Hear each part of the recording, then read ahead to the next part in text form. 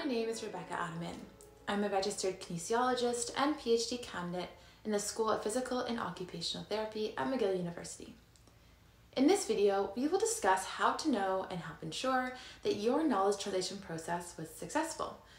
In other words, did you meet the knowledge translation goals you established and achieve the impact that you wanted to with the knowledge that you have shared? To find out, you should monitor knowledge and evaluate outcomes as recommended by the Knowledge to Action framework.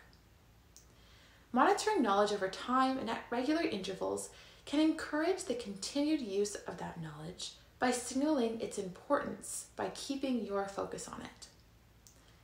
Furthermore, ongoing monitoring will allow you to see when something isn't working. This information can help you adapt the knowledge or new practice or the knowledge translation strategies that you are using to address the problem. In either case, continued monitoring can be used to help ensure the knowledge translation process is meeting the intended targets or goals on an ongoing basis. Evaluating outcomes is about considering the impact of the knowledge you have moved into practice. For example, has it affected the audience the way that you thought it would? Or has the knowledge resulted in changes that you were hoping for? It is important that you consider ways to measure the effects of your knowledge translation project, not only monitor the translation of the knowledge itself. Evaluating outcomes can be particularly challenging, so although monitoring knowledge is an important piece of ensuring knowledge translation is successful, we will focus on outcome evaluation for the rest of this video. So how do we evaluate outcomes? To start, this requires us to consider who, how, when, and what outcomes will be evaluated. Who refers to the person or people responsible for the evaluation process. Who will collect the information, analyze it, and share it with appropriate individuals. How refers to the evaluation strategies or processes you might put in place. When refers to the timing of evaluation. Finally, what refers to the outcome itself. Choosing the right outcomes to measure is essential for the information you are collecting to be meaningful. Who, how, and when can vary widely between projects, and the best practice here is to choose an option that will make the most sense given the people you have on your knowledge translation team, the resources available to you, and the time you think it will take to see outcomes. In contrast, there is a considerable amount of guidance considering what outcomes should be evaluated across any kind of knowledge translation project. We will quickly introduce you to one of the most popular of these evaluation frameworks, REAIM. REAIM stands for Reach, Effectiveness, Adoption, Implementation, and Maintenance.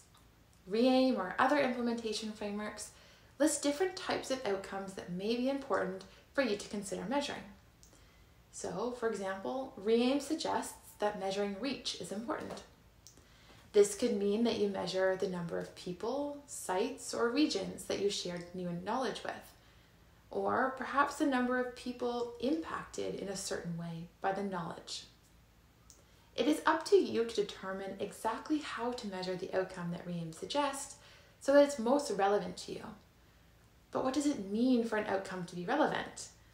Well, it means that an outcome resonates with as many stakeholders as possible. It is unlikely that every measured outcome will be relevant to everybody.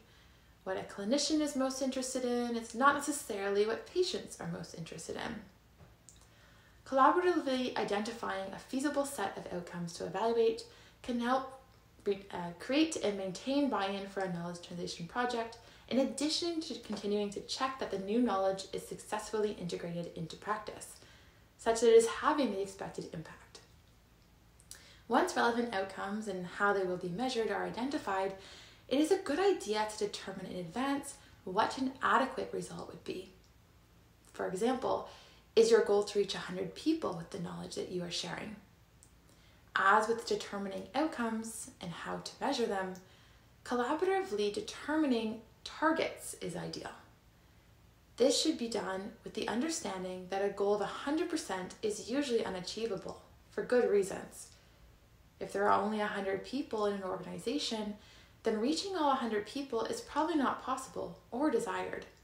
Some will be on vacation or on leave, while others might be in positions in which the knowledge you are sharing is irrelevant. Setting realistic targets is necessary to be able to determine if knowledge translation was achieved successfully, or if further work needs to be done. To conclude this video, we would like to note that figuring out a strategy for knowledge monitoring and outcome evaluation is something that should be done early on in the knowledge translation process. Leaving this planning process until after the knowledge has been shared is not ideal.